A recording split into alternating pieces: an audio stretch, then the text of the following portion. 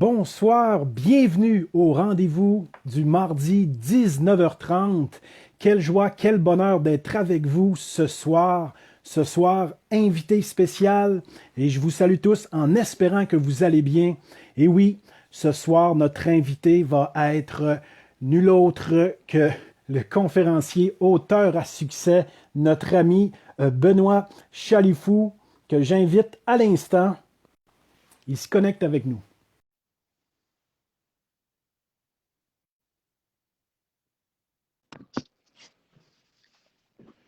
Bien le bonsoir, Monsieur Benoît. Salut! Écoute, la première fois que j'utilisais un FaceTime, Facebook Live et ça a fonctionné.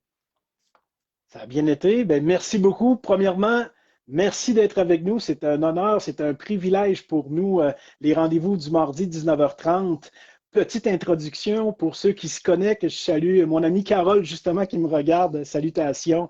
Et c'est simple, les rendez-vous du mardi 19h30, on est une communauté. On parle de quête de sens, on parle de mission de vie, on parle de raison d'être aussi. Et on s'adresse à trois types de personnes. Quelqu'un qui est en entreprise et un jour, il veut se redécouvrir, il veut se redéfinir. Il s'est peut-être perdu à travers les années aussi. Pourquoi il était parti en entreprise? On s'adresse à ceux aussi qui veulent partir leur entreprise. Et quand on dit entreprise, c'est pas nécessairement tout le temps business. Ça peut être une entreprise, des fois, dans le sport, une entreprise dans le grand sens large du mot, bien sûr. Et je m'adresse aussi à ceux, des fois, qui ont perdu un sens à la vie.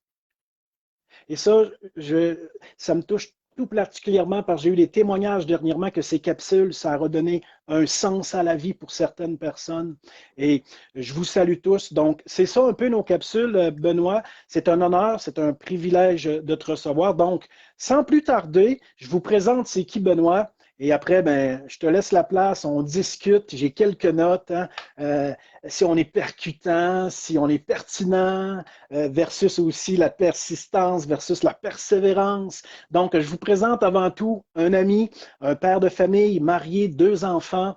Écoutez, notre invité ce soir-là, c'est un spécialiste des habiletés relationnelles. On en a tous besoin.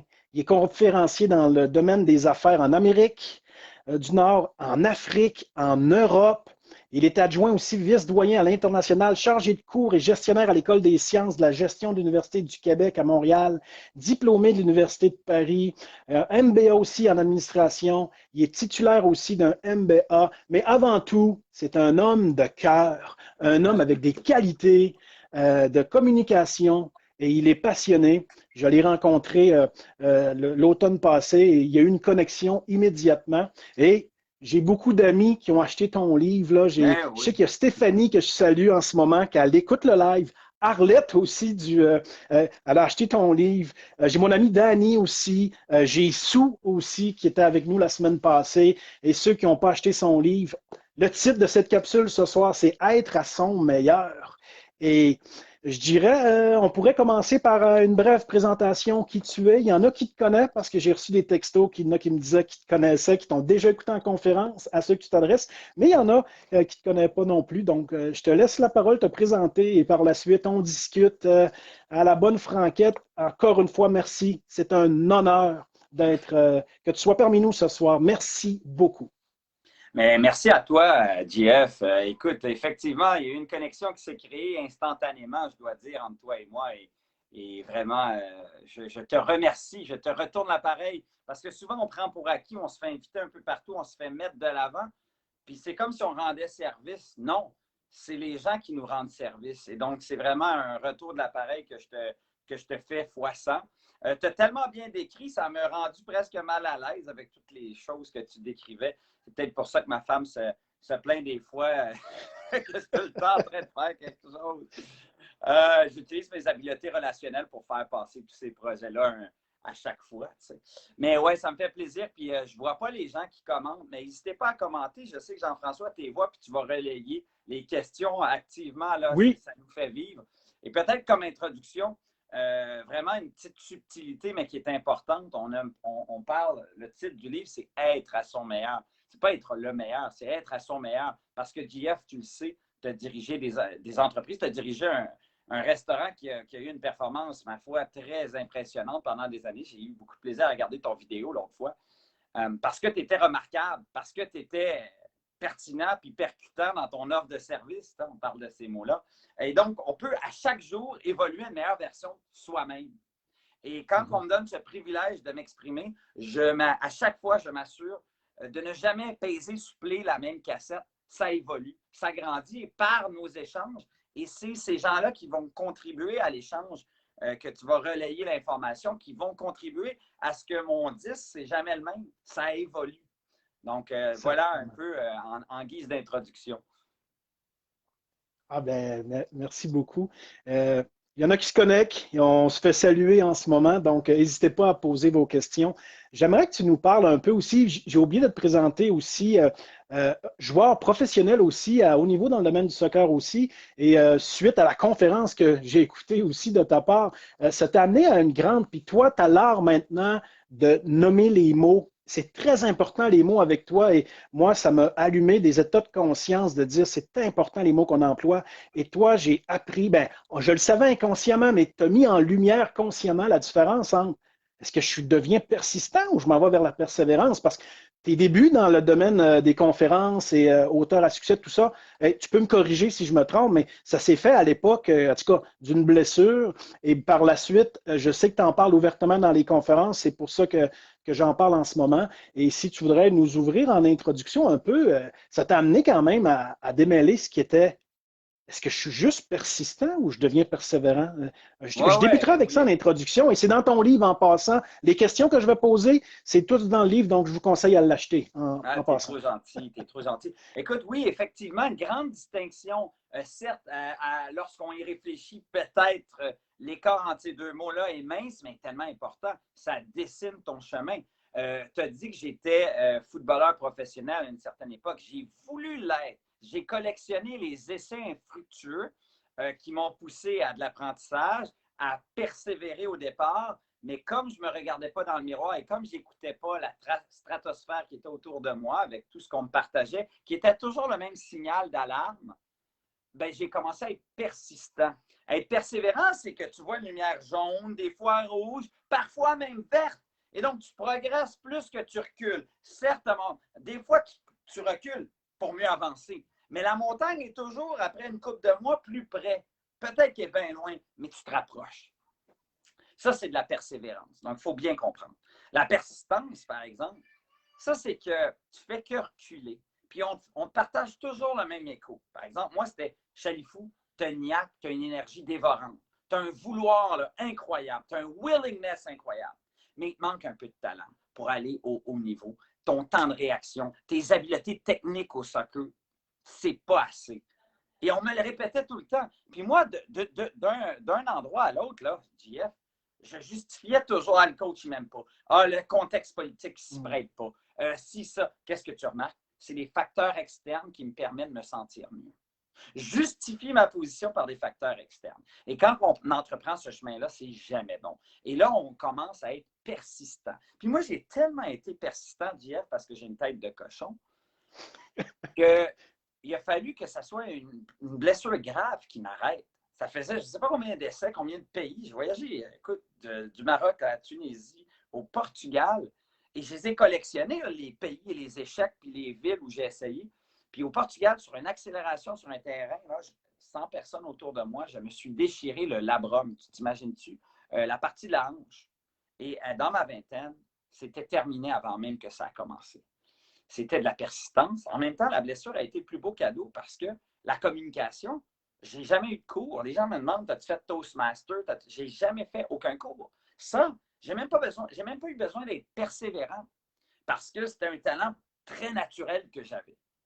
Et donc, le foot, j'aurais donc aimé avoir ce talent-là, mais pour le soccer, ben bon, je n'étais pas mauvais non plus, mais j'étais un bon joueur amateur. Donc, voilà là, la longue réponse qu'on peut s'identifier tous et chacun. Puis depuis que je me suis rendu vulnérable, là, JF, c'est incroyable.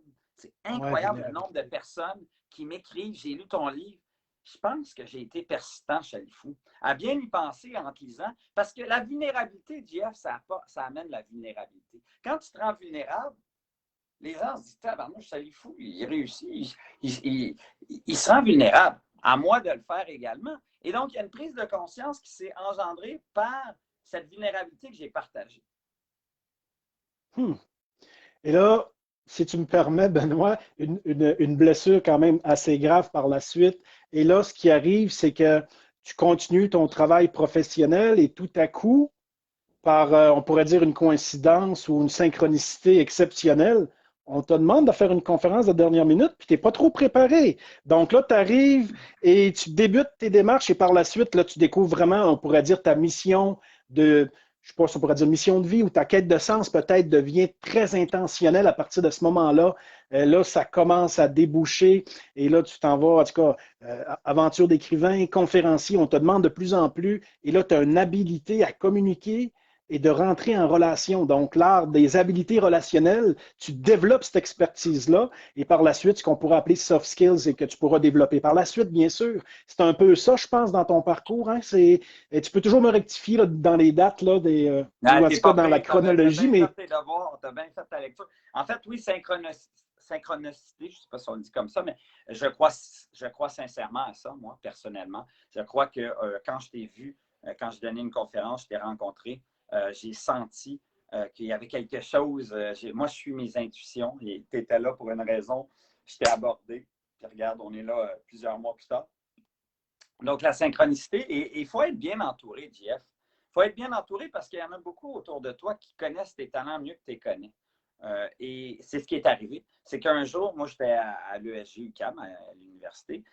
J'enseignais déjà à cette époque-là. Puis effectivement, il y a beaucoup d'étudiants qui me disaient hey, pour une fois, j'écoute le cours du début à la fin. Tu sais, c'est un indicateur vert, ça, là. Mais je ne l'écoutais pas plus qu'il faut, là. Tu sais, je veux dire, bon, OK, sans plus. Et après ça, tu as ce prof-là que j'adore qui m'appelle un bon samedi, si je ne m'abuse. Puis il me dit Benoît, tu dois me sauver à la vie. Je dis qu'est-ce qu'il y a? Il dit mon conférencier vient de me lâcher. C'est une conférence sur les habiletés humaines, la compétence humaine dans l'ère technologique dans laquelle on est en ce moment. Ça fait plusieurs années, ça fait 3-4 ans, au moins 4 ans, 5 ans. Et je dis, ouais, mais qu'est-ce que tu veux que je fasse? Il dit, mais ma conférence, c'est lundi, puis le mec n'a pas son visa, je suis dans le trouble. Je dis, OK, mais qu'est-ce que tu veux que je fasse? Puis il me dit, j'ai pensé à toi.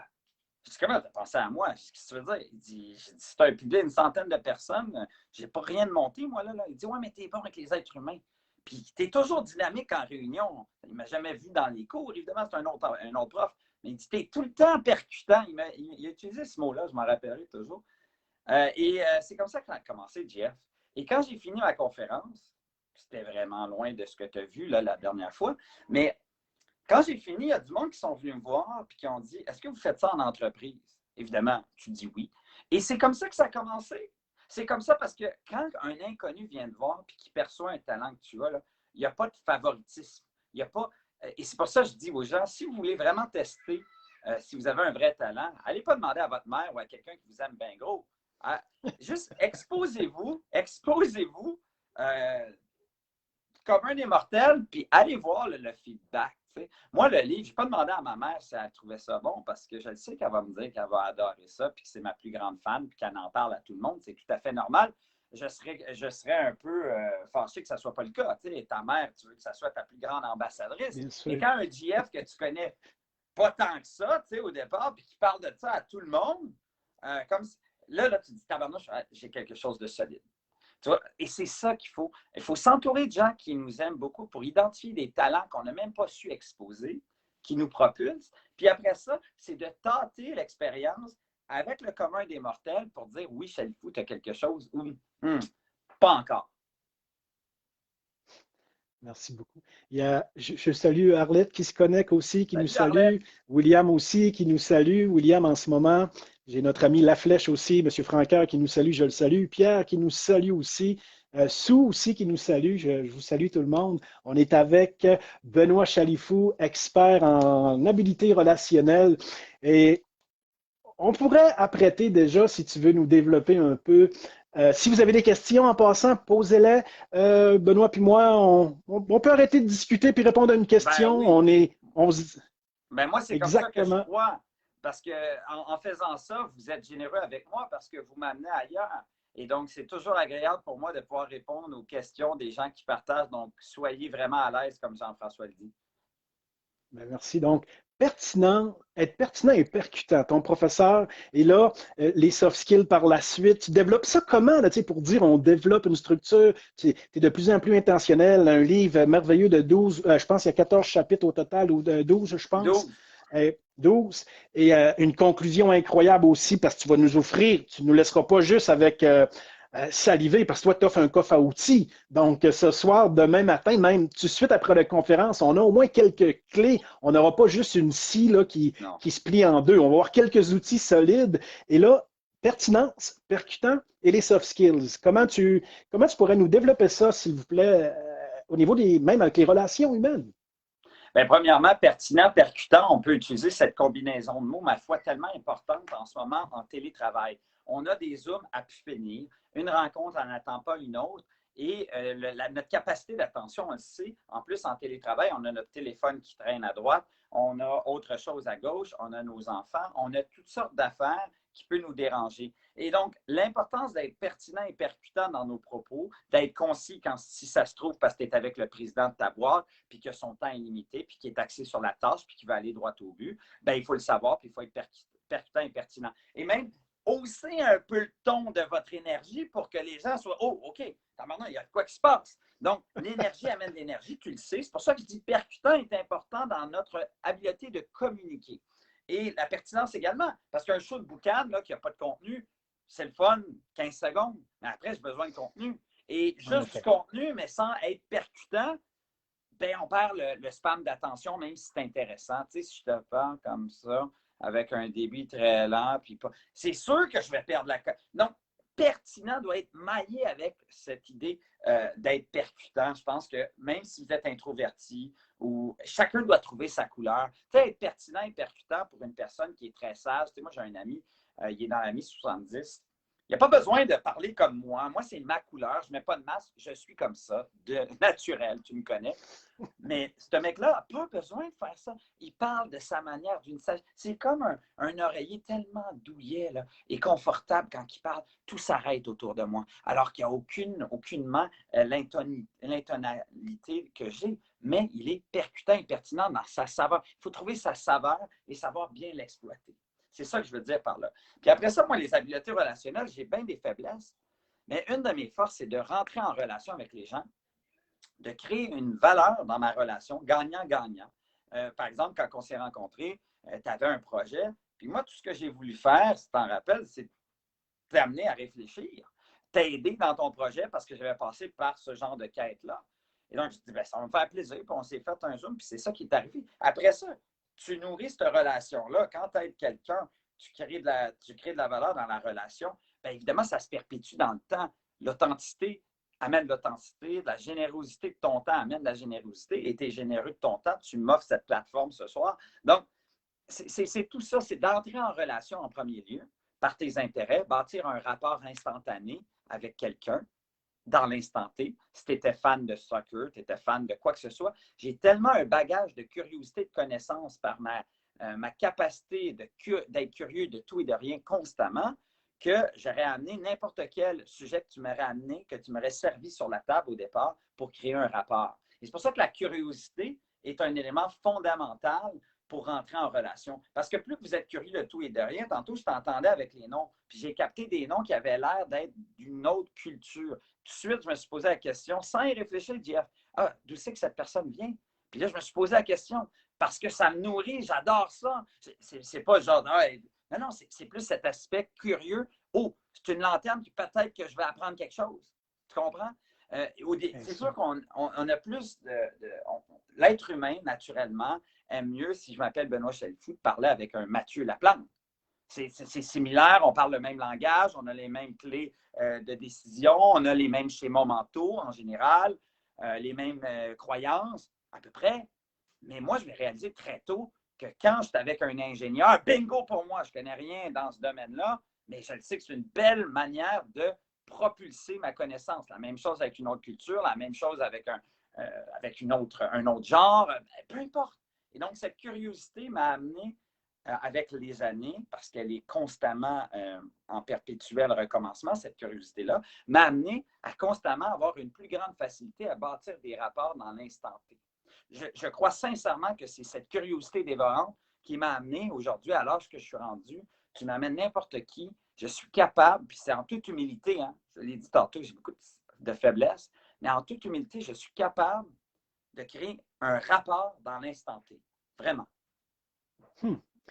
Avant de poursuivre sur notre prochaine question, justement, il y a un commentaire ici de William qui nous dit, je crois que tout doit être dans le faire passer son énergie propre, être 100% authentique et les gens vont connecter. C'est que tu en Oui. penses, qu'est-ce que tu aimerais commenter là-dessus? Ben oui, tout à fait. En fait, on ne peut pas mettre de masque. Tu sais, dans le fond, dans les habiletés relationnelles, tu as dit que je partageais un coffre à outils.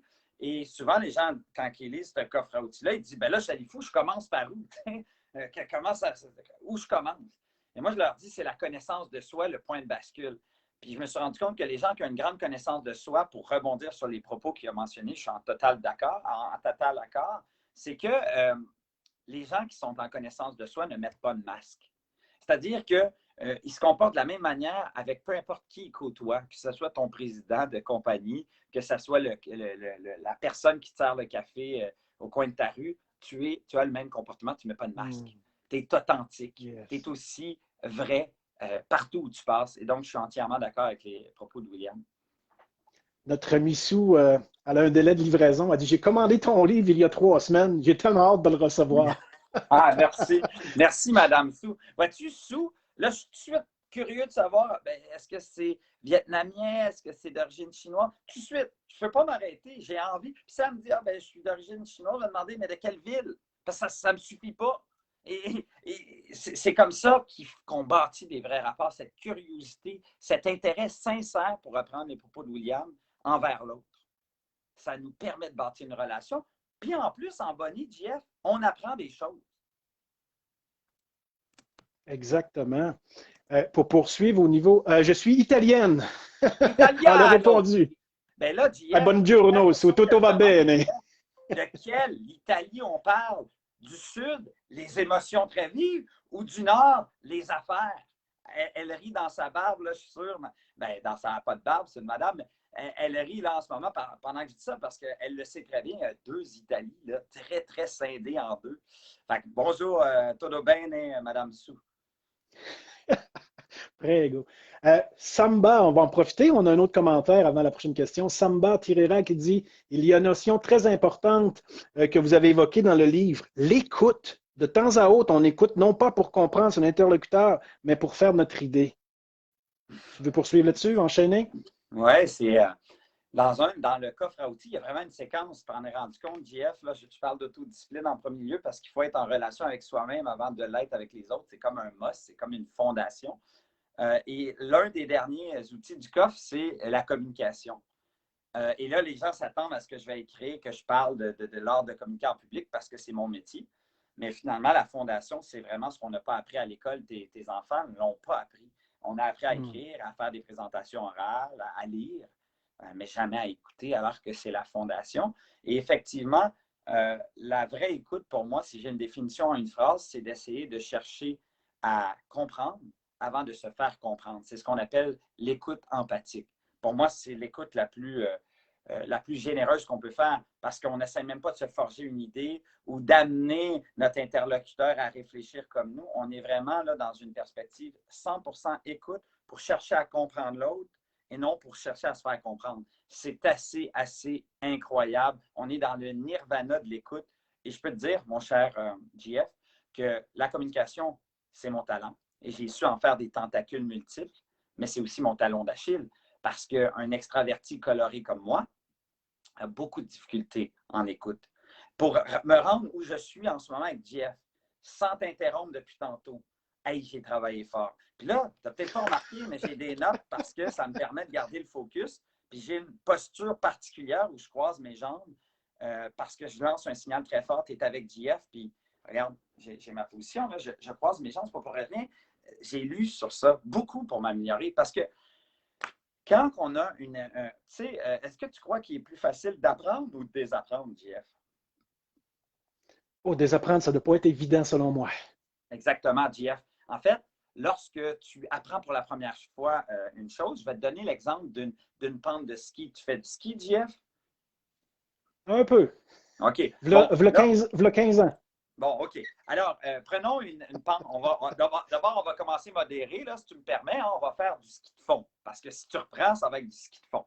Alors, le ski de fond, s'il y a une traîne déjà installée, est-ce que tu vas suivre cette traîne ou tu vas en faire une nouvelle? Ouais, on va aller dans. Tu vas On va aller faire. dans entre elles qui existe. Parce qu'elle existe, elle a été créée. Et plus que tu vas mettre tes skis sur cette traîne, plus que tu vas apaiser la neige plus en profondeur. Je suis en train de parler de ton cerveau en ce moment. Et plus que tu fais toujours la même chose, moins que tu as de chances de poursuivre un autre chemin. Et c'est pour ça que désapprendre quelque chose, comme j'ai dû le faire, en arrêtant d'interrompre quelqu'un, en me calmant, en réunion, en disant, Chalifou, tu as 2 interventions maximum sur toute l'heure de réunion avec ta gang. J'ai fait des efforts colossaux parce qu'il a fallu que je réapprenne. Et réapprendre nécessite d'enlever cette traîne-là complètement que tu es habitué de rouler dessus là, pendant des années pour en faire une nouvelle. Notre cerveau, les gens ne se rendent pas compte, Jeff, mais c'est probablement le muscle le plus important qu'on a. En fait, c'est le muscle le plus important et il fonctionne comme tes biceps. Le moins que tu les entraînes, le plus qu'il va faire la même chose et le plus que tu l'entraînes, le plus qu'il aura la capacité de désapprendre pour se créer d'autres muscles neuronaux. Extraordinaire. Extraordinaire. Sue nous a donné la réponse de sa ville, Calabria. Ah, ça, c'est dans le sud, à mon humble avis, non? Ah, c'est possible. Lui, Jeff, il dit lâche là. C'est pas ça l'idée. Ben, regarde, je ne peux pas. Mais tu sais, je veux revenir à ça. Pour moi, je veux parler de quelque chose avec toi qui est important, puis tu le fais. Tu sais, tu as dirigé un Pacini qui a connu un succès incroyable. Pauvre Pacini en ce moment, ça va peut-être moins bien pour eux, là. Mais, tu sais, le concept de se réinventer, Jeff, moi, j'y crois pas. Moi, je crois que c'est une finalité de quelque chose de plus grand. As-tu entendu, Jeff, le nombre de personnes qui t'ont dit qu'il faut se réinventer en ce moment? Tu l'as-tu entendu souvent? Mais moi, je ne crois pas qu'on peut dire, Jeff, je me réinvente. Non. Jeff, il a développé un mécanisme quotidien de lecture, une capacité de lire, d'être intéressé à toutes sortes de sujets, d'être intéressé d'apprendre sur toutes sortes de choses constamment à tous les jours. Et parce que cette capacité d'apprendre constamment, qui est un apprenant à vie, ça le pousse à se réinventer naturellement. En fait, c'est un produit complémentaire, une finalité, quelque chose qui se fait naturellement sans s'en rendre compte. Et dans des périodes de crise comme celle qu'on vit, où il y a plein d'opportunités, certes, ces opportunités sont infuses d'une certaine douleur, je vous l'accorde. Ces gens qui réussissent à déceler ces opportunités, c'est ces gens qui, en fait, comprennent que se réinventer, c'est le fruit d'une capacité à apprendre constamment de tout et de rien à tous les jours. Ils ont mis en place quelque chose qui fait en sorte qu'ils apprennent à tous les jours. Et ce faisant, lorsqu'il y a une crise, ça les propulse à se réinventer plus facilement parce qu'il y a plein d'opportunités qui se créent. Et quand il n'y a pas de crise, ils le font, mais plus naturellement. Je prends toujours l'exemple, JF, du Zoom. J'aurais jamais pensé, JF, que ma mère me rappelait un jour, elle me dit, on se fait-tu un Zoom? Elle me parle même de zoomer. Elle utilise le verbe zoomer, OK? Et donc, avant la pandémie, elle n'avait aucunement ce jargon-là. Elle ne connaissait pas le Zoom et elle ne voulait rien savoir du Zoom, JF. Ce que j'essaie d'exprimer ici, c'est que le contexte de la pandémie accélère beaucoup de choses qui auraient pris des années. Et donc, les opportunités qui auraient pris des années pour ceux qui sont les plus friands d'apprendre, qui se réinventent par cette capacité-là dans le quotidien avant COVID, ont plus de facilité de le faire en ce moment. C'est normal. Donc, ils ne se réinventent pas là. C'est quelque chose qui s'est fait là, depuis des années. Et donc, le fruit est juste plus rapide à cueillir parce qu'il y a une pandémie. C'est important de comprendre ça. Oui, puis c'est un peu comme ça que même que tu as pu accélérer et terminer un de tes livres aussi, justement. Tu as pris cette période-là, toi, que tu n'as pas eu le choix de dire, tu étais très occupé, puis à un moment donné, tu as dit, là, j'ai du temps, qu'est-ce que je fais? Je vais écrire un En livre fait, juste plus rapidement. Bien, ça, c'est un entrepreneur. Tu parles que ça s'adresse à des entrepreneurs, là, notamment. Bien, la plupart des gens qui t'écoutent, qui nous écoutent, sont des entrepreneurs. Bien, c'est un exemple typique. L'entrepreneur, quand il identifie une opportunité, il va dire oui. Puis après, surtout s'il a l'impression qu'il a la capacité de le faire, ça ne veut pas dire que le contexte est vraiment aligné pour le faire, mais il va dire oui parce qu'il sait qu'une opportunité ne se présente pas quand il veut, mais quand elle se présente, il faut dire oui, puis après, on s'arrange avec ses troubles. Moi, cette opportunité d'écrire un livre, Gallimard, qui est une édition très reconnue en France et au Québec, a cogné à ma porte en septembre. Il n'y avait pas de pandémie, là. Puis moi, j'en avais plein les bras avec le travail, avec les conférences et tout ce qui s'ensuit. Donc, j'ai dit oui, j'ai signé le contrat. On était rendu en mois de janvier, JF. Je n'avais pas écrit une sacrée ligne, pas une foutue. J'ai parlé à ma femme, j'ai dit, il va falloir que je rembourse la prime qu'on m'a payée. Je ne serais pas capable de livrer. Oublie ça. Et donc, mais je n'avais pas le courage, JF. C'était trop une opportunité, puis un entrepreneur. Puis je me considère un entrepreneur très modeste par rapport à ceux qui nous écoutent, qui doivent être encore plus entrepreneurs que moi. Mais je n'ai pas eu le courage de dire, d'appeler mon éditeur. Parce que, voyons donc, tout le monde au Québec, JF, veulent écrire des livres, mais personne ne veut en lire. Puis là, moi, on m'offre un contrat, sur la table, le plus grand éditeur, et puis je vais dire non. Tu sais, je me sentais bien trop mal à l'aise. Et donc, en mars, c'est arrivé, en deuxième semaine de mars, je me rappellerai toujours. Le bureau dans lequel je suis en ce moment, Jeff, c'était l'ancienne chambre de ma fille. J'étais installé ici un samedi, découragé parce que tout avait été annulé du jour au lendemain. Hein. On se rappelle exactement du moment. Je pense que c'était le 12 mars. En tout cas, moi, c'était un samedi que tout a clashé. Là. Et j'ai dit, tabarnouche, c'est mon opportunité. Elle était infusée de douleur, mon cher JF, parce qu'à partir de ce moment-là, j'ai dit, attends une minute, là. Moi, j'ai des enfants de 2 et 5 ans. Ils vont être pognés dans mes jambes. Et donc, je ne veux pas empiéter sur le temps de qualité avec mes enfants, mais en même temps, ce projet-là, il est important pour moi. Quand on parle d'autodiscipline, c'est la fondation de ta plus grande liberté parce que tu refuses de faire quelque chose de facile sur le court terme pour faire quelque chose de plus difficile, avec une certaine douleur, des fois, mais qu'à la fin, le résultat, c'est en lien avec ton objectif le plus important pour toi personnellement. Et ce livre-là était important pour moi, JF. Et donc, j'ai commencé à me lever justement pas du 12 mars jusqu'au 28 août inclusivement, sans exception, du lundi au dimanche à 5 heures du matin. Et j'écrivais jusqu'à 9 heures sans exception, JF. Wow. Il n'y avait aucune exception, du lundi au dimanche. Puis le samedi, dimanche, ma femme, des fois, était gentille à me donner encore plus de temps. C'était ma plus grande liberté. Parce qu'en écrivant, moi, je me levais les pieds joints avec le gros sourire. Puis quand il était rendu 8h30 que mes enfants se levaient, mais je n'étais pas en train d'écrire puis d'avoir mes enfants en même temps. J'avais fait ce que j'avais à faire et je passais du temps avec mes enfants. C'était ma plus grande liberté. C'est ça la vraie liberté. C'est qu'aujourd'hui, je ne te dis pas, ouais, il y avait une pandémie d'hier, je n'ai pas écrit le livre encore. Je n'ai pas eu le temps. Ben non, j'ai pris le temps, puis j'ai sacrifié du temps de sommeil peut-être. Parce que moi, je ne suis pas quelqu'un qui se lève à 5 heures JF. Il y en a qui se lèvent comme ça naturellement, sans même cadran, parce que ça fait tellement longtemps. Moi, mon heure, c'est plutôt 7 heures, 6h30. Et je déteste les livres de développement personnel qui disent Hone your life, là, possède ta vie, lève-toi à 5 heures. C'est pas vrai. Il faut qu'il y ait un sens de pourquoi tu te lèves à 5 heures. Il y en a que ça leur va bien, puis ils n'ont même pas besoin de sens, puis c'est super. Tant mieux pour vous, je suis vraiment content, puis c'est excellent parce que vous avez du temps de qualité. Mais il y en a qui sont bons le soir, JF, puis c'est bien correct. C'est vrai. Fait que ça, il faut faire attention. Là. Il y a plein de livres qui disent Hone your morning, hone your life. Attention, il faut que tu aies le bon sens, puis il faut que ça soit adapté à ton mode de vie. Tout à fait.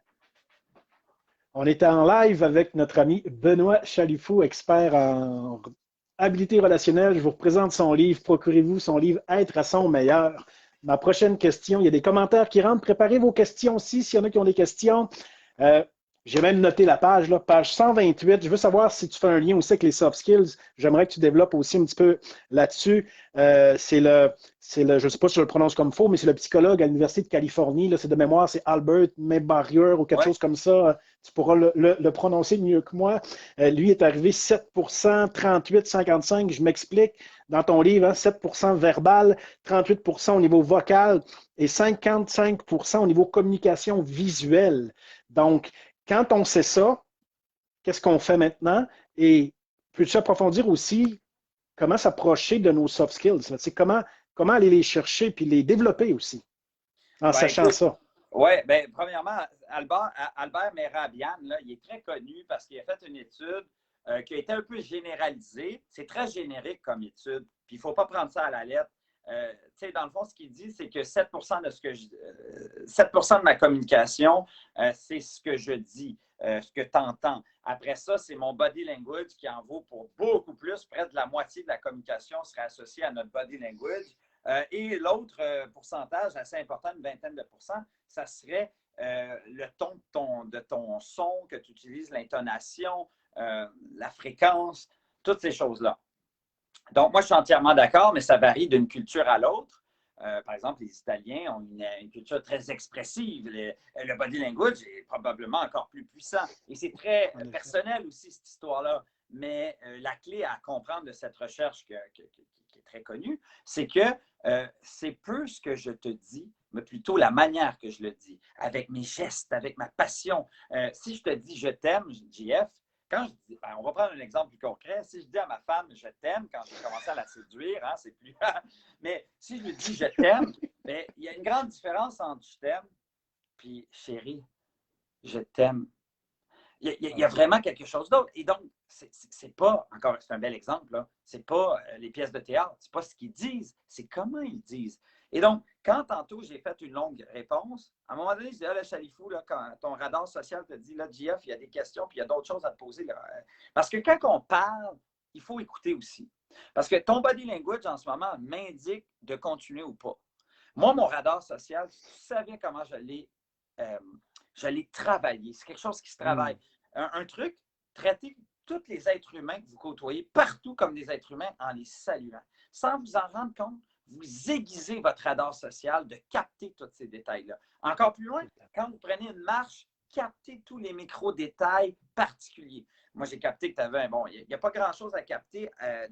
C'est assez neutre là, en arrière de toi. Tu as un petit rideau avec des décorations. Mais si tu avais une bibliothèque comme la mienne, j'aurais été extrêmement curieux de savoir c'est quoi les livres, les couleurs, puis parce que c'est comme ça que j'aiguise mon radar social au quotidien. Et plus qu'on aiguise notre radar social, plus qu'on est capable de capter les micro-détails que ton interlocuteur te partage sans qu'il s'en rende compte. Et c'est ça qui rebondit là, sur cette recherche sur la communication. C'est que votre radar social est tellement important, beaucoup plus que vous le pensez. Même au téléphone, je suis capable de capter, si on prend vraiment notre sens de l'observation, de l'écoute profonde, selon le ton de l'énergie, le ton de la voix, la rapidité à laquelle il répond à la question, c'est facile de capter. OK, ben là, Chalifou, la question qu'il va te poser, là, il veut pas avoir trop de détails. Là, il veut que tu y ailles concis parce qu'il a accéléré le tempo. Non, c'est très subtil tout ça. Mais le message est clair. Ce n'est pas ce que vous dites, c'est comment vous le dites qui fait toute la différence. Et si vous commencez à percevoir ça dans vos relations, vos discussions, vous allez comprendre quand vous arrêtez et quand continuez la conversation. Tout à fait. Wow. On est en compagnie de Benoît, notre ami Benoît, dans son livre Être à son meilleur. Quelques commentaires. Mélanie qui nous dit c'est un état d'esprit de croissance. Je salue Pierre-Luc aussi qui dit toujours être meilleur. Et William qui dit Simon Sinek parlait justement de la capacité de s'adapter poussée par la curiosité. Par exemple, Uber n'a pas tué le monde du taxi. Un manque de curiosité, d'un vouloir d'innovation l'a fait. Nous ne pouvons plus nous asseoir sur nos lauriers et utiliser la même recette. Les entrepreneurs doivent faire preuve de curiosité et d'adaptation. Ah oui, complètement. Tu sais, la curiosité, il faut faire. Excuse-moi, la créativité, on va parler de créativité. La créativité, c'est le fruit d'une curiosité sans borne, pardonne-moi, combinée avec, pour moi, une originalité. Quand tu es curieux et que tu es original, tu es remarquable. Par exemple, je prends ton exemple, encore une fois, JF, du Pacini. Quand j'ai regardé la vidéo que tu m'as envoyée, tu faisais des choses subtiles que d'autres magasins Pacini peut-être ne mettaient pas de l'avant, mais une offre de service très particulière, très fine, très remarquable. Et ce qu'il faisait, c'est que les clients parlaient de ton offre et de l'expérience qu'ils ont eue au sein de ton magasin. Et c'est pour ça qu'ils retournaient et qu'ils amenaient plus de monde. Et donc, c'est pour ça que tu avais des revenus au-delà de la moyenne. Parce que dans tes subtilités d'offre de service, je consomme une lasagne, mais toute l'expérience associée à mon mets est bonifiée par toutes les subtilités. Je commande ma lasagne, puis je la reçois à un temps record ou je la reçois à un temps X qui est remarquable parce que d'habitude, c'est plus long. Tous ces éléments particuliers-là font de toi un gestionnaire original quand tu avais ce Pacini-là. Et donc, c'est toutes ces affaires-là. Et tu étais créatif. Vous sous-estimez, on sous-estime les petits micro-facteurs qui font de nous une personne remarquable. C'est ces petits facteurs-là qui font toute la différence. Quand vous faites un métier, il faut toujours se poser la question, comment je peux être remarquable par rapport à tous les autres? Par exemple, moi, je suis responsable d'un programme qui comporte 5000 étudiants à l'université. Ils sont toujours très étonnés quand je leur donne un rendez-vous à mon bureau ou quand je les appelle personnellement. Parce qu'ils n'ont jamais eu ça de leur vie.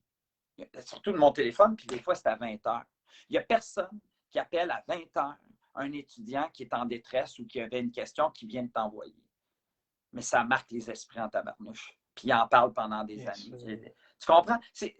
C'est d'être remarquable subtilement avec des choses que personne d'autre fait dans votre métier, sans piler sur les autres. C'est pas ça que je suis en train de dire. C'est juste de trouver votre manière d'être remarquable. Et quand on est curieux, et on est original, on est créatif, en fait. Wow.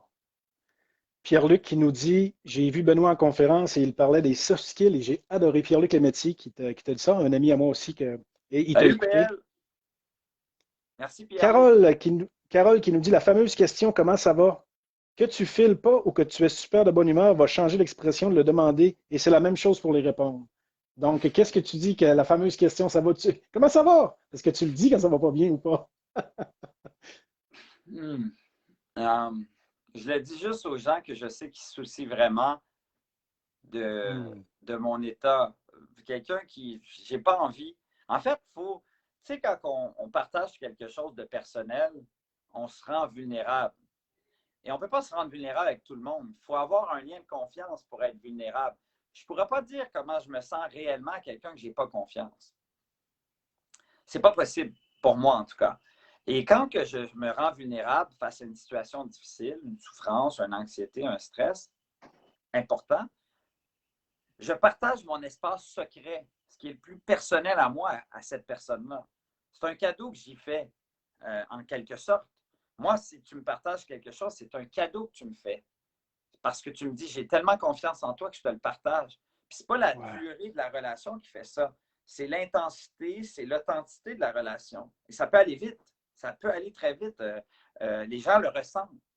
Et quand ce cadeau-là qu'on t'offre, il n'y a pas grand-chose que tu vas dire qui va changer la donne.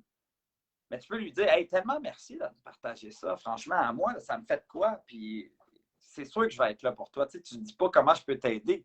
Quand on est en détresse, on ne voit pas que personne ne pourrait nous aider, en fait. Je t'ai déjà demandé de l'aide en te partageant comment j'allais.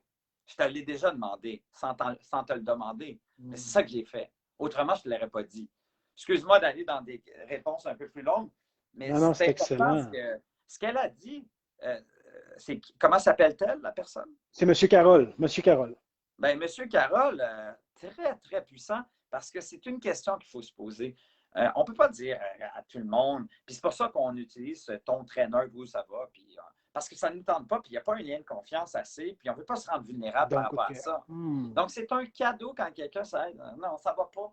Tu dis, oh, tabarnouche, OK, il y a un lien de confiance parce qu'il me partage quelque chose qu'il ne partage pas à tout le monde. On est vraiment dans le secret, l'âme profonde. Absolument. Intéressant. Des questions qui continuent de rentrer. Pierre-Luc aussi qui nous dit des micro-détails. Quelle corrélation feriez-vous entre la théorie des gains marginaux et des habiletés relationnelles? Ah, écoute, ça ressemble à quelqu'un qui a lu mon livre. Mais bon, je peux me tromper. Samba, peut-être que tu connais, c'est en tout cas Samba. Samba oui, c'est un Sénégalais d'origine. On parle de bâtir des rapports, d'être original dans ton approche. Moi, j'ai enseigné à Samba, si c'est celui que je pense, qui est d'origine sénégalaise. Je lui ai enseigné à Dakar, la capitale du Sénégal, il y a peut-être 6 ans. C'est un bel exemple, ça. Prenons cet exemple de Samba. Samba, je lui ai enseigné, je me rappelle même que j'y avais attitré Air France comme projet d'équipe. C'était dans un cours de stratégie d'entreprise. Et Samba m'avait marqué par sa curiosité sans borne, sa discipline. Il avait gardé un lien avec moi. Moi, je retourne à Montréal. Là. Et il est venu appliquer pour une maîtrise. Samba confirme que c'est lui que tu parles. Il dit c'est moi-même, il confirme dans le live. Excuse-moi. C'est un des étudiants parmi les milliers que j'ai eus là. Mais il m'a marqué par sa manière d'être autodiscipliné, garder contact avec moi. Et quelques années plus tard, il est rentré à l'ESG. Il est présentement à Montréal, mon cher Samba, mon cher JF. Il est en train de finir une maîtrise en contrôle audit chez nous. Et probablement qu'il a choisi ce chemin-là parce que j'avais une approche particulière. Et lui avait une approche particulière et j'avais envie de l'aider. Et juste pour conclure, je suis sur des téléphones pour y trouver un stage en ce moment en audit. Juste pour, puis ça s'en vient, ça me va. Mais c'est assez. Regarde comment bâtir un rapport, être authentique. Un gars que je ne connaissais pas, là. Puis là, il est là en train de nous écouter. Alors, répondons à la question quand même. Il faut bien répondre, JF. Merci de me remettre à l'ordre.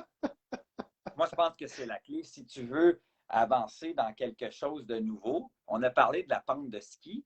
Si tu veux désapprendre ou apprendre quelque chose de nouveau, il ne faut surtout pas créer trop d'anxiété, trop de stress. Donc, il faut commencer à très petite dose. Il ne faut pas se mettre une pression. Il faut que je lise 1 heure par jour. Ah non, fais pas ça.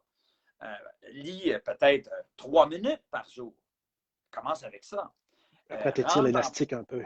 Ben oui, puis ça, c'est ce qu'on appelle la théorie des gains marginaux. C'est que l'idée étant que si c'est les Britanniques, hein, c'est l'équipe des cyclismes britanniques qui avait, le coach avait instauré ça.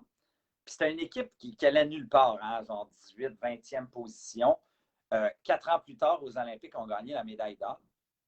Et ce coach-là avait implanté la théorie des gains marginaux dans son équipe. La théorie des gains marginaux, il dit que si tu augmentes ta performance de 1% chaque jour, à la fin de l'année, tu as fait une progression exponentielle. Il faut que je te rappelle, JF, que 1%, ça ne veut pas dire que si je te demande de débuter une routine de 1 push-up ce soir, en te couchant, je te dis tu vas faire 1 push-up. Si tu en fais 2 demain au lieu d'1, tu viens de faire combien de pourcentage d'augmentation? On va avoir doublé. Tu vas avoir fait 100% d'augmentation. 100%, oui. Puis moi, je te parle juste de la théorie des gains marginaux te demande de faire 1% mieux. Et c'est là où les gens ne comprennent pas. En fait, de passer 1 à 2, c'est beaucoup trop, en fait, JF. C'est trop. C'est comme commencer à aller au gym 1 heure de temps. C'est beaucoup trop. C'est trop de pression. Vous allez tenir une semaine, ça va s'arrêter là. La théorie des gains marginaux, c'est de dire, commence de manière très, très douce, mais surtout, continue tout le temps. Puis, à un moment donné, sais-tu qu'est-ce qui arrive? C'est que ça fait, à un moment donné, tu es rendu à en faire 30 minutes. Puis, à un moment donné, tu n'as même plus besoin de le céduler. Ça fait partie de toi. Je n'ai plus besoin de programmer quand c'est que je lis JF. J'appelle ça un classeur. Moi, j'ai un 30 minutes minimum de lecture dans ma journée. Puis, dès qu'il y a un moment, je le fais. Puis, si j'arrive en fin de journée et je ne l'ai pas fait, ça va être là que ça va se faire. Mais pour me rendre là, c'est comme une personne qui veut commencer à se lever à 5 heures du matin. S'il se lève à 8 heures et il veut faire à 5 heures, il va être brûlé après une semaine. Tu comprends?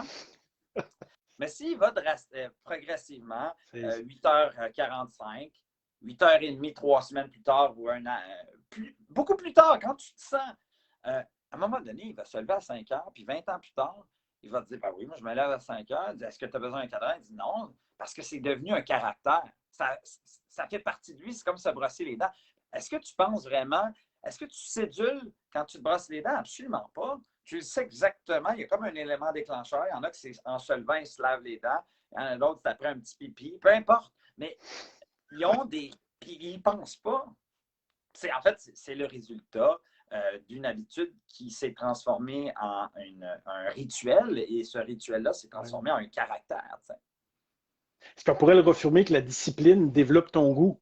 Donc, à force de discipliner après une semaine ou deux, wow, ça goûte bon, puis est-ce qu'on pourrait même amener ça vers la saveur intérieure? J'aime ça. Venant d'un restaurateur, j'aime bien ça. Ouais, je n'avais pas fait le lien, c'est peut-être le côté de restaurant qui me donne. C'est très intéressant parce que tu dis tabarnouche, OK, ouais, ça progresse. Moi, j'ai un chum à moi. Écoute, il est assez particulier. Lui, il fait. Lui, il marche en année. Il dit cette année, je vais faire, je ne sais plus, c'est un mathématicien. Il dit je vais faire 26 000 push-ups. Fait que lui, il y a comme toute une structure en place pour arriver à ces 26 000. Je pense qu'il faut qu'il en fasse un nombre assez déraisonnable par jour. C'était pas mal partout après. Mais ça fait tellement d'années qu'il se donne ce challenge-là. Il avait commencé à 5 000 par année au début. Puis là, il est rendu à des chiffres. Écoute, puis c'est comme, à tous les années, il augmente. C'est la théorie des gains marginaux, ça. Là. Wow, extraordinaire. Wow, expliquer de même. C'est vrai qu'expliquer de même, c'est comme si ce serait morcelé. C'est comme si notre cerveau dit que c'est accessible. Expliquer comme tu l'expliques, c'est comme si, ouais, c'est possible pour moi aussi. En tout cas, c'est de même que je le comprends, là. J'ai demandé j'ai parlé un matin, c'est drôle, hein? C'était pas arrangé avec le gars des vues. J'ai parlé, j'ai dit, puis t'es rendu à combien cette année, t'es pas sûr? Parce que moi, ça me stimule de savoir, à tous les années, il me sort des chiffres, puis ça augmente, là. Mais Lui, il dit, je ne le vois pas parce que tu ne le vois pas au jour le jour. La différence entre, je ne sais pas, 70 ou 73 push-ups, il est tellement cartésien, là, lui, il est calculé, là, tout est calculé. Mais sur 365 jours, quand tu le divises, 73, 74 push-ups, il ne s'en rend pas compte, tu comprends? C'est incroyable parce que ça fait des années qu'il fait ça. Donc, c'est un bel exemple pour la théorie des gains marginaux. J'espère que Samba est content de la réponse. Moi, il y en a beaucoup qui sont satisfaits. Préparez vos dernières questions, derniers commentaires. N'hésitez pas, si vous aimez l'entrevue aussi, partagez en grand nombre, ça nous fait toujours plaisir.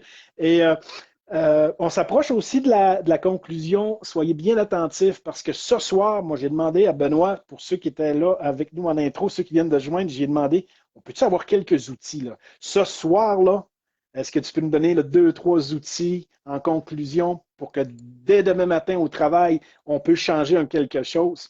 Et je vais lire des commentaires qui rentrent entre-temps. Il dit excellente entrevue encore une fois. Ça, c'est M. Laflèche, merci. On a une question de Alain. Je le connais bien, il est de la Rive-Sud. Est-ce que les gens introvertis peuvent réussir socialement dans un groupe composé juste d'extrovertis? Milieu de travail ou club? Bonne question, ça. Ben, c'est une maudite bonne question parce que si tu es entouré de Benoît Chalifou dans la début vingtaine, ça peut être vraiment chiant parce qu'il ne laissait pas sa place. C'est un extroverti à l'époque qui ne se rendait pas compte qu'il interrompait tout le temps, qu'il ne laissait pas la place aux autres. Ça dépend quel type d'introverti. Est-ce que tu as excuse-moi, quel type d'extraverti? Si tu as des extravertis conscients de qui ils sont, ça peut très bien le faire. Mais si c'est des extravertis qui ne laissent pas la place, qui n'écoutent pas, parce que ce n'est pas parce qu'on est extraverti qu'on ne veut pas écouter, ce n'est pas parce qu'on est extraverti qu'on ne veut pas laisser la place aux autres. On assume qu'on est extraverti, puis après ça, par notre connaissance de soi, on est capable de laisser la place aux autres. L'introverti, ce n'est pas parce qu'il est introverti qu'il ne va pas prendre la parole. S'il fait un travail sur lui-même, il va prendre plus souvent la parole, il va gagner en confiance, il va dire tabarnouche. Souvent, quand je dis quelque chose, les gens disent que c'est intelligent. Je devrais apprendre plus souvent. Tu as tout à fait raison. Moi, c'est pour ça, dans mes équipes, s'il y a des gens introvertis, je vais les encourager davantage. Qu'est-ce que tu en penses, Jeff? J'aimerais ça t'entendre. On a entendu Chalifou tout le long, mais toi, on ne t'a pas entendu. Tu comprends? Et donc, oui, mais il y a une prise de conscience, puis il faut faire sa place. Si les gens ne sont pas conscients qu'ils prennent toute la place, il faut que tu fasses ta place. Donc, l'affirmation de soi, c'est de travailler un peu sur nous-mêmes et de dire là, je travaille l'affirmation de soi, puis ben oui, pour tu prends le risque d'être vulnérable, de dire ben là, je parle ou ce que je parlais jamais. Oui, ben l'introverti, c'est quelqu'un qui a de grandes habiletés relationnelles parce qu'il a un fil conducteur très puissant qui est l'écoute. Oui. C'est l'assise pour développer un lien authentique. JF, t'aurais-tu décidé d'aller avec une douce moitié qui parle tout le temps et qui ne t'écoute jamais? T'aurais-tu décidé d'aller avec une personne dans ta vie, pour toute ta vie, quelqu'un qui parle tout le temps mais qui ne t'écoute pas? Ça n'aurait pas été évident. Ça n'aurait pas fonctionné. Personne ne veut Exactement. avoir quelqu'un qui parle tout le temps mais qui n'écoute jamais. Ça n'existe pas. Personne ne veut ça. Tout le monde veut se sentir écouté. Tout le monde veut se sentir.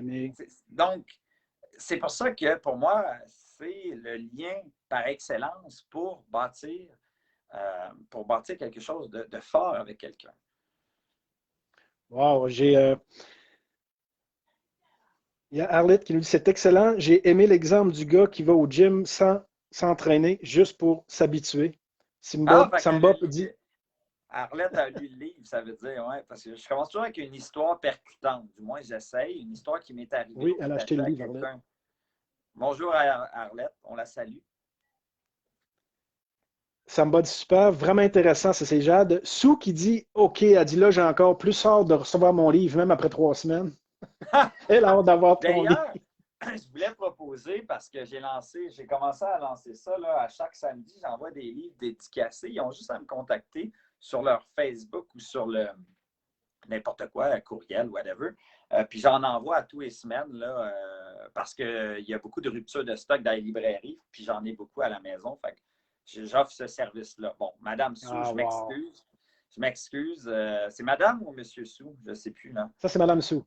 Madame Sou, toutes mes excuses. Vous l'auriez eu en quelques jours. Bon, désolé pour ça, mais j'ai bien hâte d'avoir votre feedback, Madame Sou. Puis il y a un de tes anciens élèves, qui est William, qui dit j'ai le goût de retourner à En ESG, juste pour écouter Benoît parler.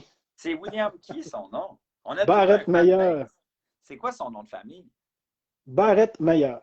Ah ben oui, mon cher William. Tabarnouche, on t'a ramené des gens de ma gang. C'est le fun. C'est très cool. Salut William, un plaisir. Fantastique. Écoute, on a... J'aimerais aller insister sur un point, Jeff, si tu me permets. Oui. J'ai eu, vendredi dernier, j'avais une journée assez intense avec des conférences puis toutes sortes d'affaires.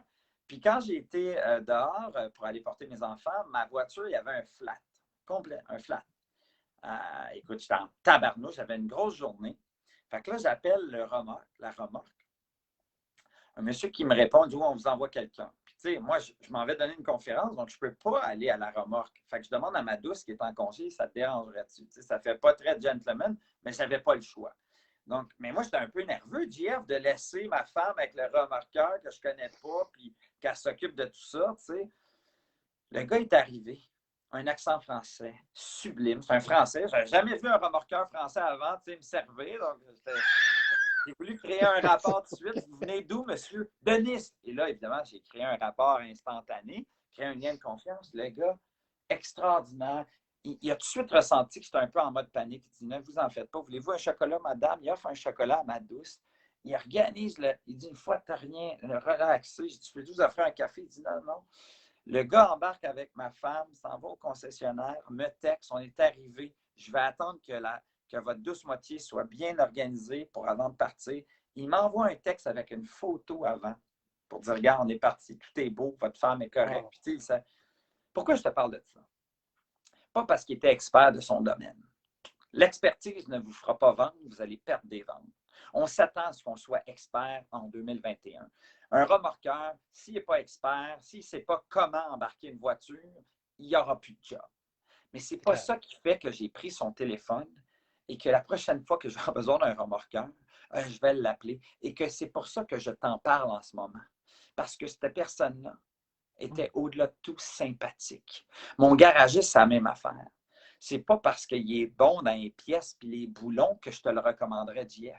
C'est parce qu'il est toujours à temps. Il me donne toujours des conseils encore plus pertinents. Il est toujours là pour moi. Il répond à mon téléphone n'importe quand. Il me donne tous les conseils du monde, beaucoup plus que ce qu'un mécanicien devrait faire. Et c'est pour ça que je t'en parle. La puissance d'être sympathique, d'être gentil. Et en ce moment, avec la pandémie, c'est encore plus important.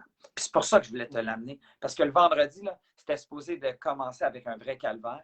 Puis grâce à lui, j'ai eu une journée extraordinaire avec des conférences qui se sont bien passées parce que je n'étais pas stressé de savoir comment ma femme était.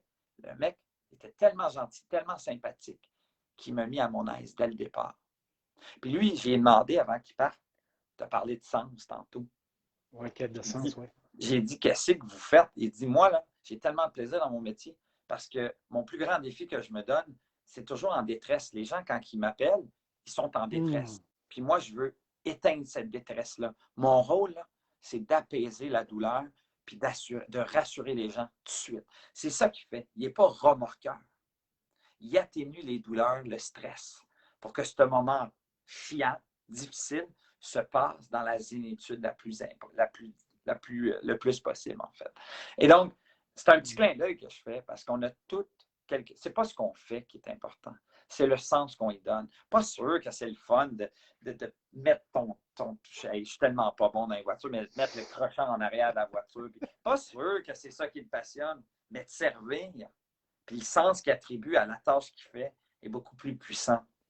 Le sens de ce qu'on fait.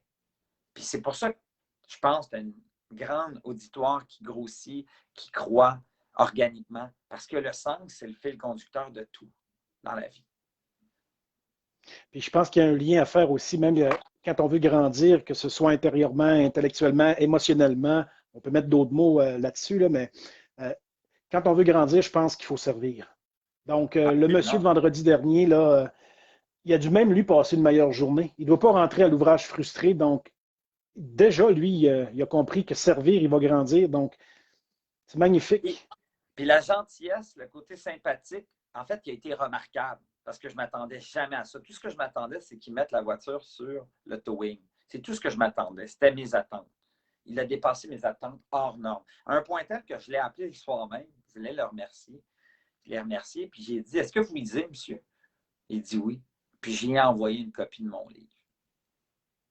Wow. Bien, parce que, et donc, ce que je veux dire, c'est pas, regardez, j'ai été généreux, c'est pas ça. C'est la gentillesse attire la gentillesse. Il a été tellement généreux de sa manière, dans sa manière. Être généreux, il y a plusieurs manières. Il y a une manière physique. Par exemple, quand tu attends après le café au drive-thru, tu peux payer le café à la personne derrière toi. C'est un geste généreux, physique.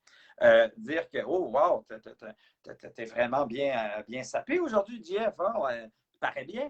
C'est un geste généreux, c'est-à-dire que mon ressenti, je te le partage, c'est généreux. Et ça peut être aussi dans le service qu'on offre.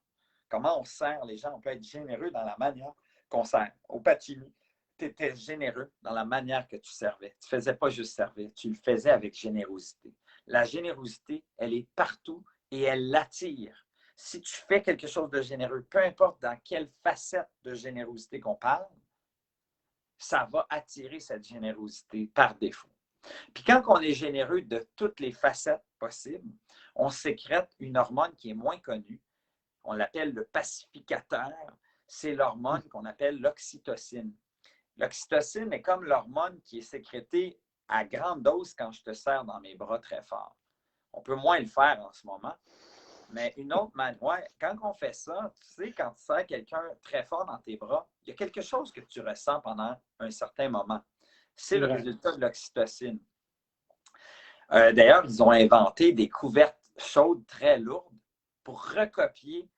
C'est comme si je t'embrassais très fort.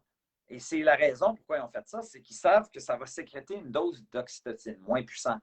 Une chose que les gens ne savent pas, c'est que quand tu fais un geste de générosité, tu sécrètes cette même oxytocine.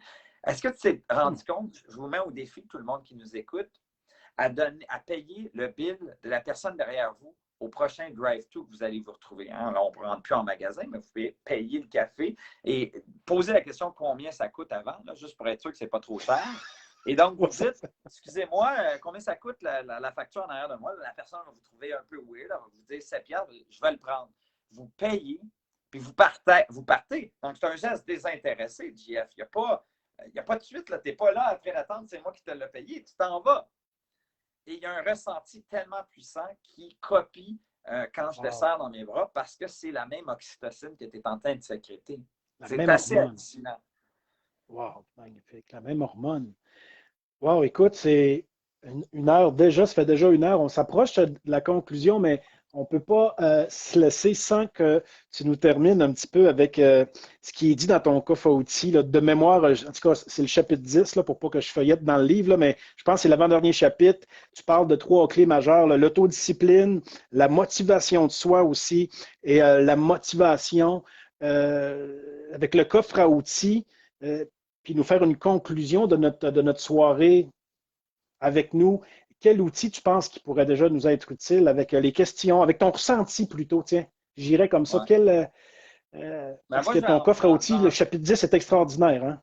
Oui, bien merci. Mais moi, ce que je vais te dire, deux choses. La première, c'est que s'il y a un outil que j'aimerais que les gens se rappellent ce soir, c'est l'autodiscipline, parce que c'est vraiment notre fondation de tout le reste.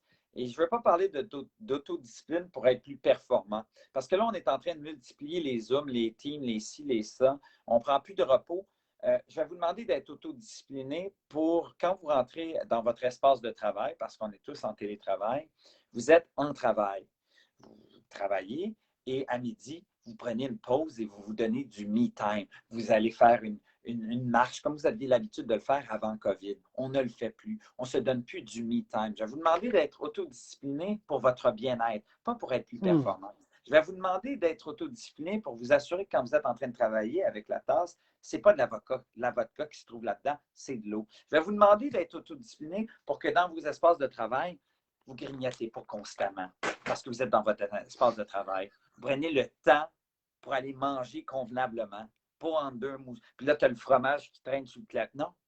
Je vais vous demander de vous donner du me time. Parce que ce qu'on ne se rend pas compte en ce moment, JF, c'est qu'on multiplie les heures de travail comme on ne l'a jamais fait avant. On est très bon opérationnellement. On ne se rend pas compte parce que c'est la théorie des gains marginaux qu'on fait, mais inversée. Parce que la théorie des gains marginaux, elle est vraie dans le positif, mais elle est vraie aussi dans le négatif. Je m'explique. Si tu ne prends plus de temps pour faire ta marche, même si elle est courte, cette marche-là, et que tu le faisais tout le temps, bien, dans 8 mois, la théorie des gains marginaux va faire en sorte que tu vas avoir pris un certain poids, puis ton bien-être et ton stress va savoir accentuer sans que tu t'en sois rendu compte. Parce que c'est ça la théorie des gains marginaux. Ce que les gens ne comprennent pas, c'est qu'elle est vraie quand tu fais quelque chose, quand tu brises une routine négative pour une routine positive, mais c'est également vrai pour l'inverse, ce qu'on est en train de mettre en place. Je vais donner un bel exemple. Les gens qui marchent dans la rue, t'es-tu rendu compte à quel point il y a plus de personnes qui marchent dans la rue? Oui. Ça fait 8-9 mois. Et je peux te garantir que ça commence à devenir un caractère, un rituel chez certains. Et après COVID, ils vont continuer de le faire. Ça, c'est un bel exemple d'avoir brisé une routine et d'avoir inséré une nouvelle habitude superbe. Et c'est ça que je vous demande dans ce coffre à outils, le premier, l'autodiscipline, c'est de vous assurer de vous donner du me time. C'est juste ça que je veux dire en termes d'autodiscipline, pas d'en faire plus, on en fait déjà trop. Et je veux terminer, parce qu'on va donner quand même un teaser à JF pour qu'il lise le livre quand même. Mais non, ça me fait plaisir, mais le temps est limité. Mais je veux juste dire que toutes les recherches sur le bonheur, et il y en a une panoplie de recherches. Oui. Et dans les 15 dernières années, il n'y a jamais eu autant de recherches qui ont été faites que dans le dernier centenaire, en fait. Parce que les gens cherchent une raison pour être heureux, puis ils la cherchent, puis ils ne la trouvent pas. Et donc, les recherches se sont multipliées par les psychologues, par des profs en école de commerce également. Bref, des économistes même se sont penchés là-dessus. En fait, il y a toutes sortes de professeurs de différentes disciplines qui se sont penchés pendant des années sur ce domaine-là. Et il y a un professeur psychologue à Harvard qu'on appelle Todd Gilbert, qui est on l'appelle le professeur du bonheur. C'est un psychologue, mais son cours, c'est le cours le plus populaire à Harvard. Et lui, il a collagité toutes les recherches sur le bonheur. Il en a fait une seule. Donc, c'est-à-dire qu'il a tout pris les données. Et il y en avait, là, JF. C'est un travail. Je ne sais pas combien il y avait de personnes dans son centre de recherche. Et il a résumé ça en fait, en un paragraphe que j'ai trouvé super intéressant. Puis il dit, si j'avais à résumer en un seul mot pourquoi les gens seraient heureux, c'est l'aspect social. Nous sommes l'espèce la plus sociale sur Terre. Et il dit, si je devais choisir, et pour tous ceux qui nous écoutent en ce moment, à savoir si vous êtes heureux en ce moment, si vous vivez le pur bonheur en ce moment, si vous êtes en santé en ce moment, et que j'avais juste un classeur de votre vie à pouvoir fouiller, un seul classeur, je ne chercherais pas à savoir si vous êtes un homme ou une femme. Je ne chercherais pas à savoir quelle religion vous suivez. Je ne chercherais même pas à savoir quel est votre emploi. Je ne chercherais même pas à savoir quel est votre revenu ou votre compte bancaire. La seule chose que je m'attarderais, si j'avais un seul classeur à ouvrir, ça serait votre réseau social. Ça serait quels sont les gens que vous côtoyez au quotidien et surtout la solidité des liens que vous avez avec ces personnes-là. Ça serait seulement ça que je m'attarderais à savoir si j'avais un seul élément à pouvoir me pencher pour savoir si vous êtes heureux. Nous sommes l'espèce la plus sociale. Et ce qui est assez paradoxal, c'est qu'on n'a jamais été aussi loin physiquement de nos proches. Moi, ma mère, ça fait longtemps que je ne l'ai pas vue, mais à tous les jours, je l'appelle.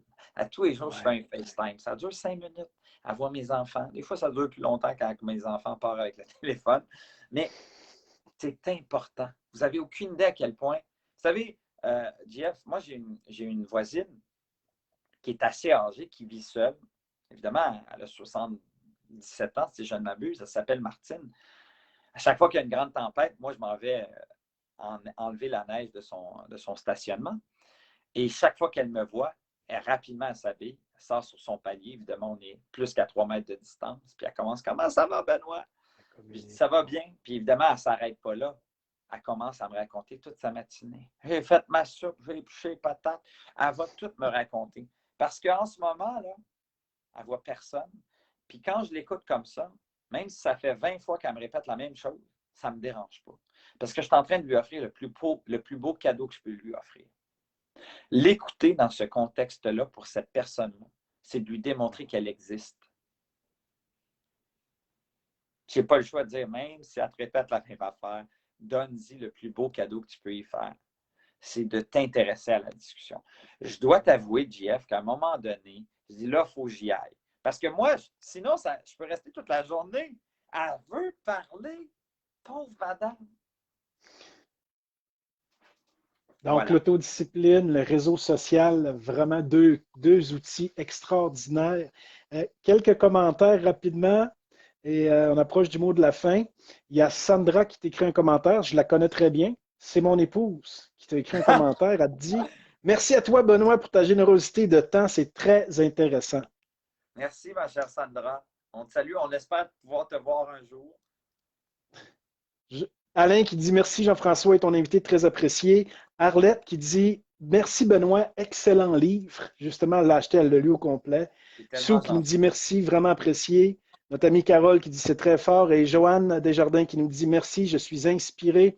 Et Julie qui nous dit je me parle beaucoup en télétravail, j'oublie parfois de dîner et mon stress est plus. Merci pour cette réflexion. Donc, tu l'as fait réfléchir. Et Sandra fait une joke, elle dit c'est vrai que j'écoute Jean-François, hein? Tantôt, t'en parlais, j'avais une femme qui écoute, j'ai une femme qui m'écoute, c'est magnifique. Avec au plaisir de te rencontrer. Et moi, je veux vous terminer, je vous leur dis, être à son meilleur, un des cadeaux que vous allez faire, un des plus beaux cadeaux que vous allez vous faire cette année pour diverses raisons. Souvent, on cherche de la littérature, et je ne dis pas que c'est mal ni bien, là. Et il faut en lire, mais souvent, on va acheter ça, des conférenciers américains, il y en a dans d'autres pays, c'est très bien. Mais là, on a le privilège d'avoir quelqu'un qui ne fait pas juste écrire un livre, il y vit. Et pour l'avoir côtoyé à quelques reprises, c'est quelqu'un qui vit ce qu'il enseigne. C'est pour ça qu'il est percutant et qui est pertinent. Encore une fois, mille merci. Benoît, d'être venu nous parler de quête de sens. Et cette chaîne est venue au monde justement pour parler de mission de vie, de raison d'être et de quête de sens. Moi, tu me rends meilleur ce soir. Je suis garanti que tout le monde est d'accord avec ça. Et moi, je suis vraiment honoré que tu aies accepté d'avoir parlé ce soir. Et on a un commentaire de Christine aussi qui nous dit super intéressant, le voisinage, c'est important, merci beaucoup. En tout cas, je pense qu'il va y avoir beaucoup de commentaires qui vont s'ajouter par la suite. Et on prend au mot Benoît, vous pouvez le défier. Il a dit que si vous voulez maintenant acheter son livre, vous pouvez même communiquer avec lui. Il va vous le dédicacer. Donc, profitez-en pour vous faire un cadeau à vous. Donc, si vous êtes une meilleure personne, meilleure famille, et Confucius disait, hein, tu sauves une famille, tu sauves une nation. Donc, ce que Benoît vient de faire ce soir, il rentre dans nos maisons, il rentre dans nos familles. Il n'y a rien de plus fort qu'une famille qui se reconstruit ou qui reprend à se réécouter. Ben, merci, Benoît, merci. Je te laisse le mot de la fin. Il faut que je te dise, si jamais j'avais réussi à être un joueur de foot professionnel, je peux te dire que je t'aurais pris comme agent. Parce que t'es bon. Écoute, je vois rarement ça. Tu sais, t'es vraiment, on va dire persévérant. T'es pas persistant. T'es persévérant dans la promotion de l'autre. Je trouve ça vraiment tout à ton honneur. Tu sais, habituellement, les gens vont dire, bon, mais là, toi, tu continues à me donner des jabs positifs. Je trouve ça juste remarquable. Fait que si j'avais réussi, je peux te dire, j'aurais eu envie de travailler avec toi parce que, Seigneur, tu représentes. Moi, je ne te paye pas pour faire tout ça, là. Waouh, c'est vraiment. J'imagine pas, tu sais, si, en tout cas, tu serais payé comme agent de joueur. Bref, c'est une blague. Mais tout ça pour te dire que ça me fait chaud au cœur. J'ai des gens qui m'ont texté, hein, qui nous écoutent, qui disent hey, ma femme ne m'écoute pas, on fait comment? Appelez-moi, on va s'organiser. mais non, ça me fait super plaisir. Puis ils peuvent me contacter en perso là, dans Facebook ou autre. Pourquoi je fais ça? Pour diverses raisons. Parce que je l'ai déjà fait pour John Maxwell dans le passé. Je ne l'ai jamais pu le rencontrer personnellement. C'est quelqu'un qui a eu une influence. C'est John Maxwell, il dit prends tes 5 personnes. On connaît tout ça, ces thématiques-là. Mais le fait que toi, j'ai pu te rencontrer et qu'avec un livre comme ça, tu es quelqu'un d'ici, tu es quelqu'un de chez nous.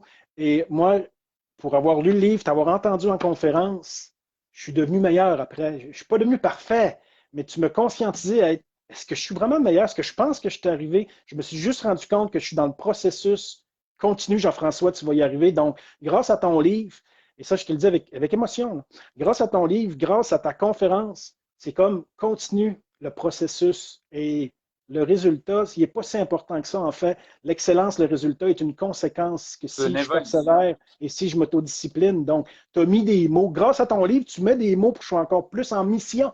C'est pour ça que je Ouais, fais la promotion. Je le fais naturellement, mais écoutez, c'est parce que je sais qu'on rend service aux gens si j'en parle. Donc, c'est pour ça. you're amazing. Mais si Et ton moi, agent te lâche, tu m'appelleras. Jean-François, je me demande encore, pendant que tu parlais tantôt, je disais, pourquoi j'ai tant accroché sur toi quand j'ai fait, je me rappelle, la conférence, il y avait une trentaine de personnes, mais pourquoi toi, je t'ai accroché? Plein de raisons. Tu étais très attentionné. Tu écoutais avec beaucoup d'attention. Mon radar social analyse. Hein. Quand je parle, quand on est conférencier, on connaît notre contenu. C'est pas ça. C'est l'auditoire qui dicte qu'est-ce que tu vas dire, quand arrêter, quand continuer. Et quand on t'observe, tu nous mets en confiance, tu écoutes, tu embrasses les paroles, c'est de la musique à tes oreilles, on le sent, et tu es vraiment intéressé à continuer à apprendre. Puis quand j'ai vu ton pedigree et que tu avais cette capacité de toujours te réinventer, d'apprendre, d'être curieux, de constamment pousser ces limites-là, ça m'avait vraiment fasciné. Donc, c'est probablement une des raisons, c'est cette curiosité, cette capacité d'écoute que tu as. Et peut-être ta femme, j'espère qu'elle va être d'accord avec moi. Mais bon, voilà. Fait que c'est vraiment, c'est tout à ton honneur. Je te remercie pour cet super entretien. Anytime. Merci à Sue, merci à PL, merci à toute la gang. Mais je ne les vois pas là en ce moment, mais merci à tout le monde. Et JF, c'était vraiment un plaisir. Ben, merci. Les 3 derniers commentaires que je vais te lire. Samba qui dit excellent livre, vous ne regretterez pas de l'avoir acheté. Et Merci. Patrice qui dit hâte de te lire. C'est un ami à moi personnellement. Lui aussi, il travaille dans la restauration. Il travaille pour les Et pizzerias numéro 9. Il travaille pour les pizzerias numéro 900. Il a son restaurant à Montréal, dans le coin. Et il va l'acheter. Puis Sou qui dit Benoît, je suis d'accord avec ton opinion pour Jean-François. Et Patrice, il dit un commentaire aussi. Donc, sur ce, on se dit à bientôt. Je te laisse yes. la dernière phrase.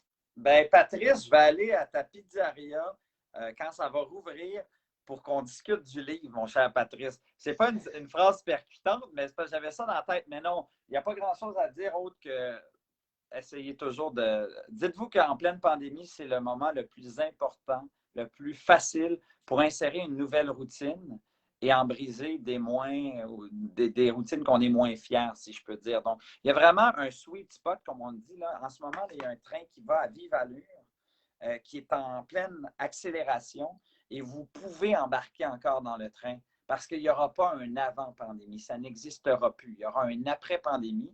On en est certain.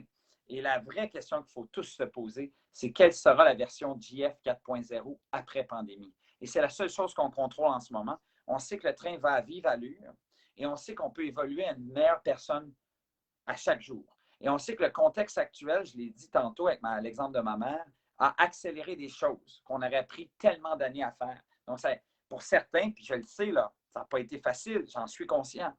Mais prenons cette crise en notre faveur pour évoluer plus rapidement, apprendre des choses qu'on aurait pris des années à apprendre, parce que là, le train va à vive allure et vous avez le choix de rester à la gare et d'espérer qu'on va revenir à l'avant. Ça n'existe plus, je vous le dis, mais quand même, vous pouvez rester à la gare, c'est votre choix. Ou d'embarquer dans le train parce qu'il est encore temps. Il y en a qui sont embarqués, JF, en mars. Et ils sont loin, là. Le train est encore là. On est juste un peu plus loin dans les wagons. Mais attendez pas après pandémie pour embarquer. Il ne sera plus là. Et donc, on ne veut pas être en mode survie. On veut évoluer. Et là, il y a une belle, belle fenêtre d'opportunité pour vous en ce moment pour justement faire des choses que vous n'aviez pas l'habitude de faire. Désolé, le mot de la fin, c'est un paragraphe que je t'ai offert. Mais on va terminer à l'italien. Scénario conférence, désolé. On va terminer à l'italien. Grazie mille, arrivederci. On va dire merci à Tsumuraka. Grazie mille, Sue, d'avoir écouté. Arrivederci. Buonanotte. Salut, mon chum. Bye. À bientôt, tout le monde. Merci d'être avec nous. On continue la mission. Bye bye.